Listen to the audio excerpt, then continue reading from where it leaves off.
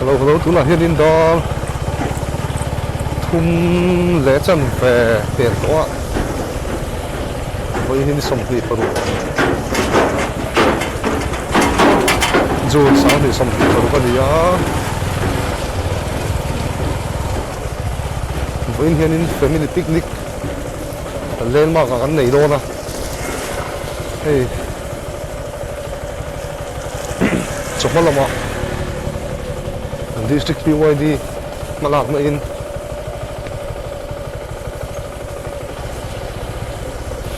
sa có mùi tuổi ta ngạ hình như cái lần phun à đó thì về là có phố sa đó không có trong in in là trong in lên mà cần phân lệ cứ là không lệ chân về về lệ to hay rồi xuống bốc kalau về sáng hoặc ăn đủ bốc xe cần lại phải mua xuống của picnic te khá ta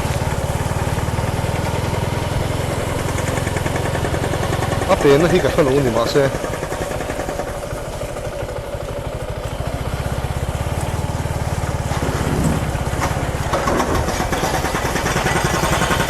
video anh xem về sáng cả đủ xe thì hi gần ta này rồi sao khóc mày cái phải rốt xin năng lên mà cũng na chưa bao lên mà picnic spot không lại nghe lên mà landmark picnic spot nó tạm tạm đây ăn quý có bao nhiêu cũng đi buổi thôi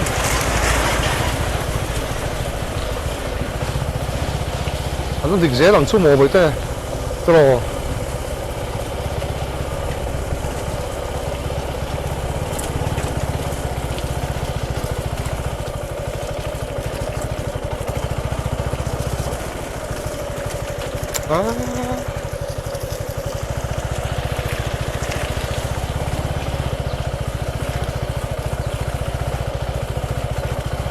lỗ tháo sữa bố ngay sụp con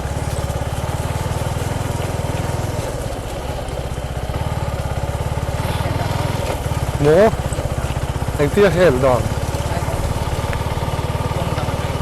ôm thâu về khu tàu ăn vì là mà ăn mà xe tiếng trò đi lúa mà lồm rồi bố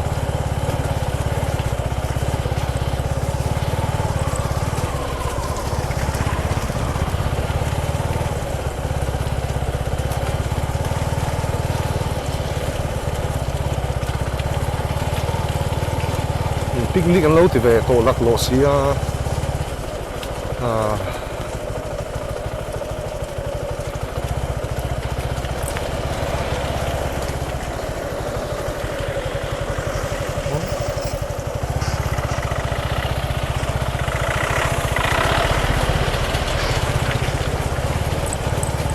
lai thì càng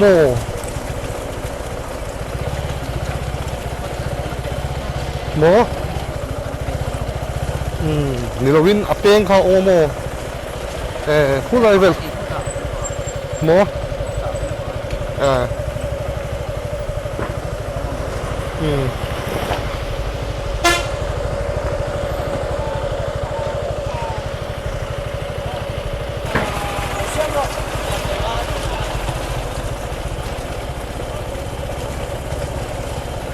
buổi sáng về rồi ini te po hi an tu trip te pang hết tiếng anh đi chuan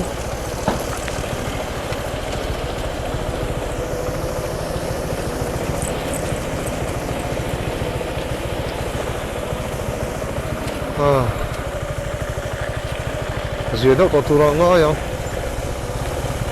không buổi sáng mày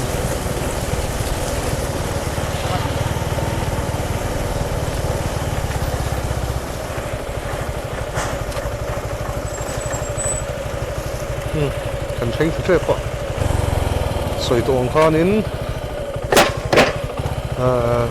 family picnic lên mà cả cái này đâu nè này anh thấy thật đẹp quá đó thung lệ mình sống đi về này ta có chân về chú anh dùng về mang đón thì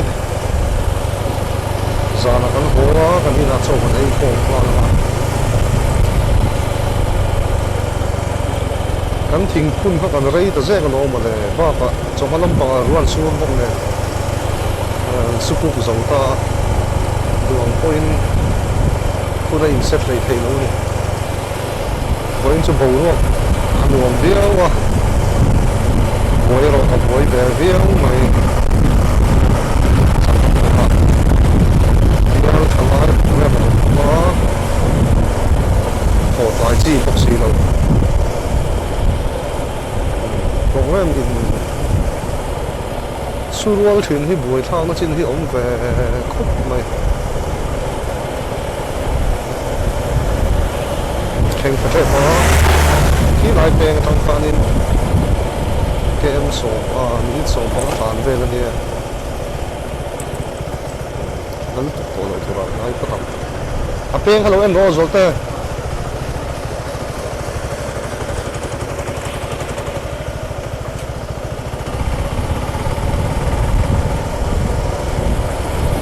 咁旁邊做通出嚟嘅，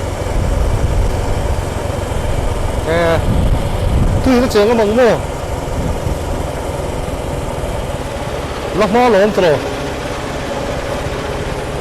話係正呢路咯喎，佢來咗咩？呢啲真係飛落河咁多呢哦，得咯，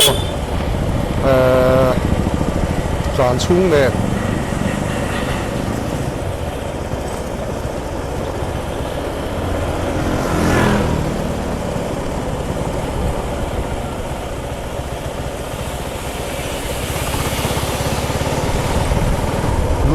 Ram đâu phải cái này thay bộ thì mà industrial growth center làm gì, anh ấy quảng chú ông ta này,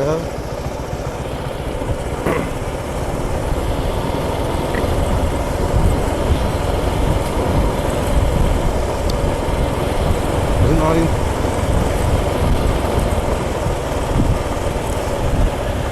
có phải chú mà ta cứ giảm lâu thôi mà, anh chú ở đây lâu thôi. Ini tang han da thum le ni ha ve la ga kan chu kha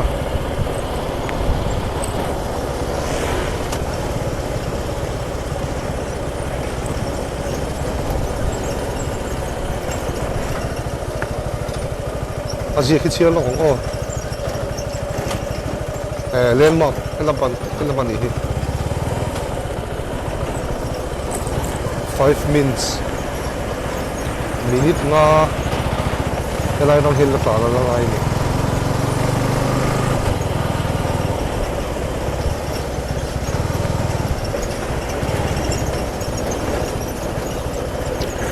alles lại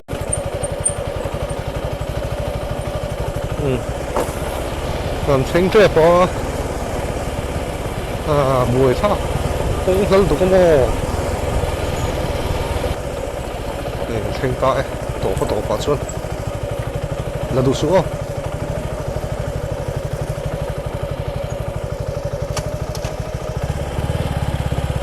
lúc là đủ số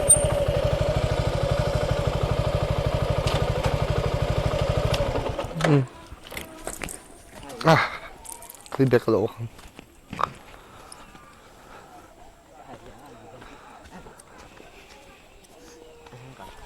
quay bẹt ha thấy chuyện khác thì em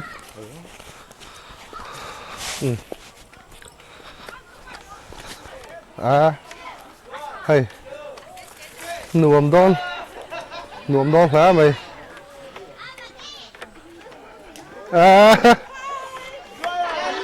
nuông đón sao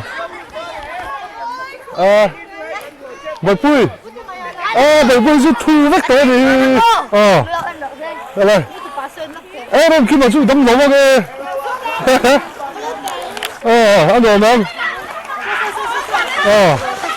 thôi nè in những tôm những lâu mò cứ sợ suy măng mò măng mình lâu ở lâu lâu bao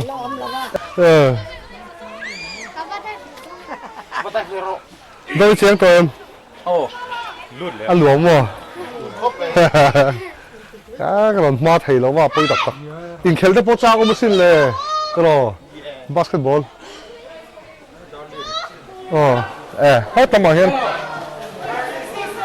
ui in खेल thấy mò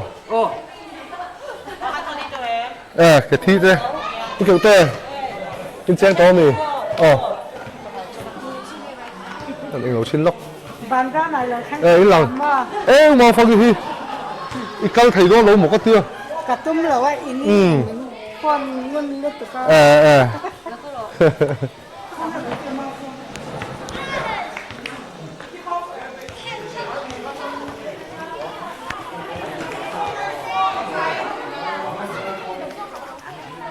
มันเจ๊ตัวเมียวหนูว่าไม่ตัวคอยว่าหันเจ๋งนะซะHello em, Bùi Bùi. Lừa. Phải. Từ chú anh kinh đường. Kinh thấy nó có. Cái lạc con rối nó có kìa. Bye bye Bùi Bùi. Bùi Bùi rất thú lắm. Nó thua rồi. Ý nó hàng lắc đó đi.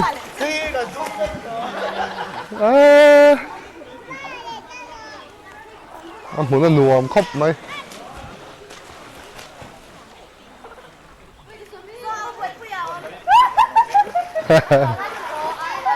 Vậy tê.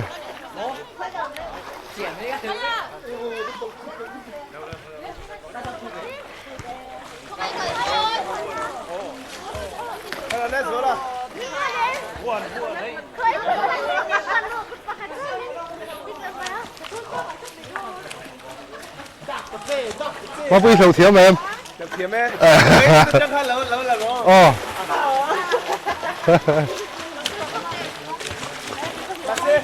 Anh đi lùi theo hoàng thái đây em ơi. Cái đoạn thay em.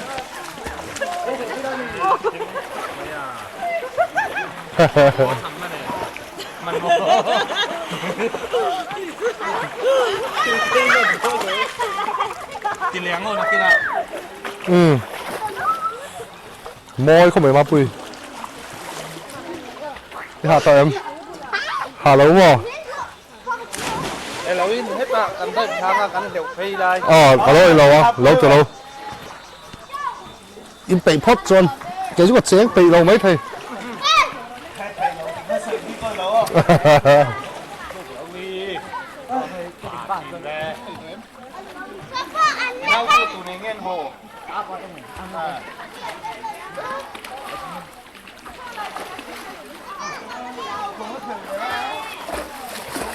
Rồi cái chứ. Chén phía về. Rồi. Ma bùi tới phần nghị. Lúc One. Ready more. 1, 2,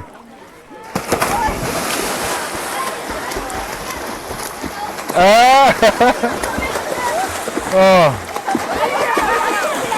Má bùi rất muốn về.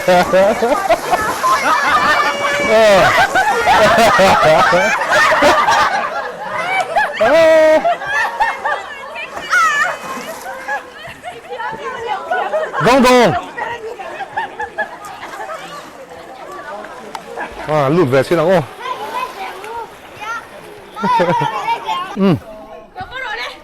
Từ xuống ạ, lụt tắng.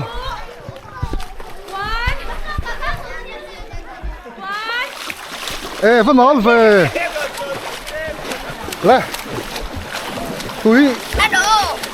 Với túi. Nó có. Hay hi. đi à thua là rút lo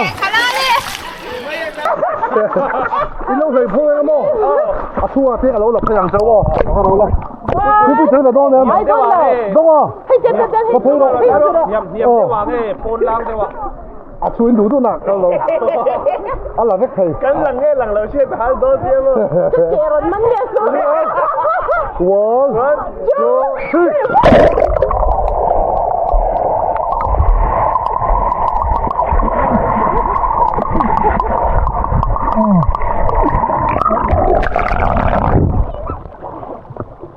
thu em không để thu em in lulu lắm không one two three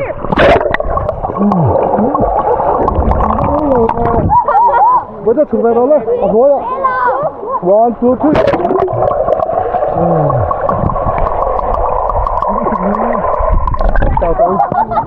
tao lống mà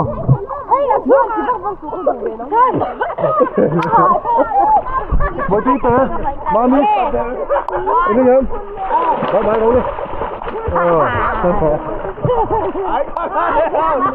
thu ấy là về tụi em lâu đi lù đó sao đi té sao đi té ini em one em đừng có đi nó chỉ như anh thầy tôi đâu đi ini em one two three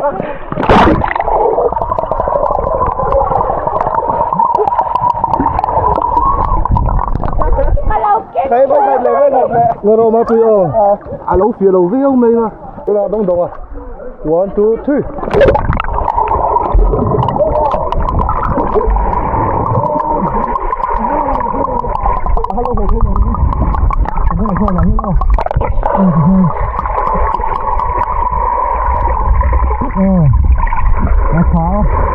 nó mất đi nó không nữa nó rồi là hết rồi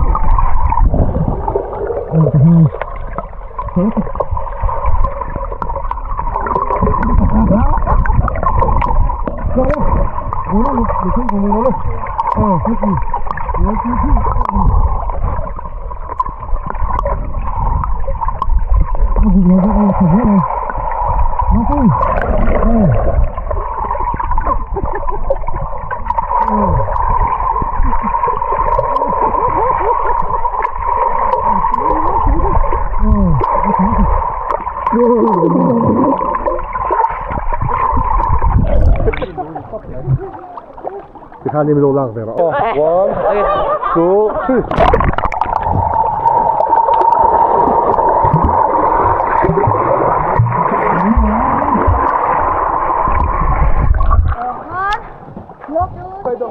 lên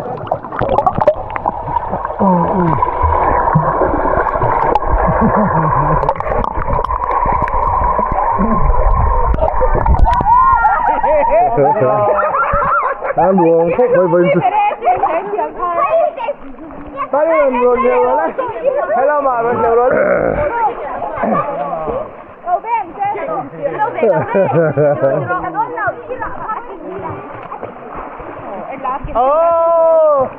sao sao đi tới em chụp lên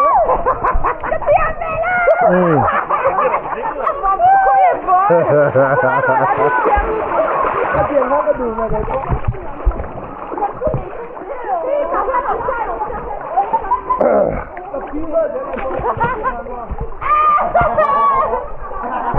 chú bye bye đâu bye bye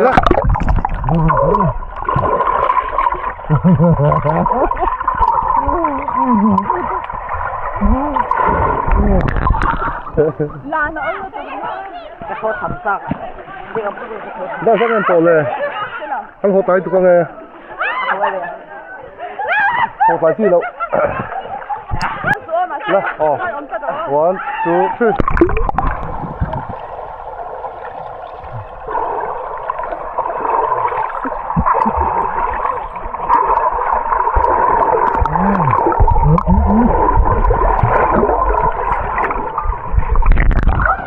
Chiếm nó tụi em chưa đắng Thắng rồi tí nữa tụi con ý là gì bài bài lên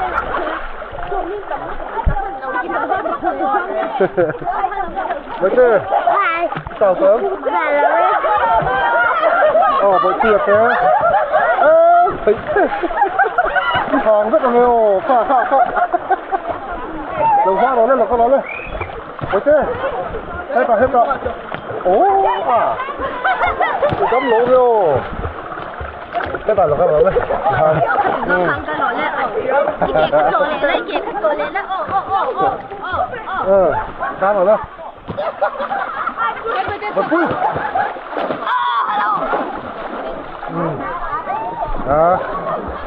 Nuồm à. Nuồm viêu bên. Thế ta. Basketball thế.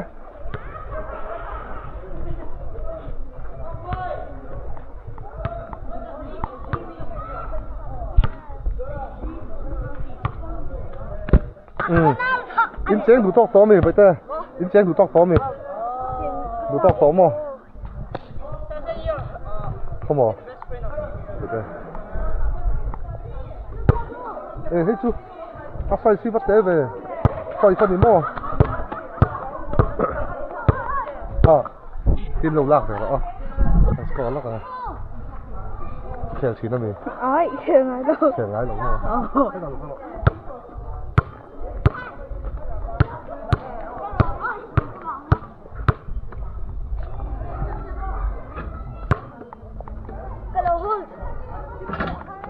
Ngaro. No, go đi.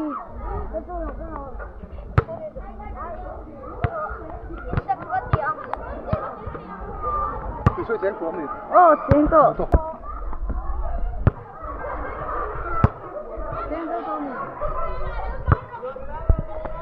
Nuồm khóc mấy vẫn chưa. Đủ to không?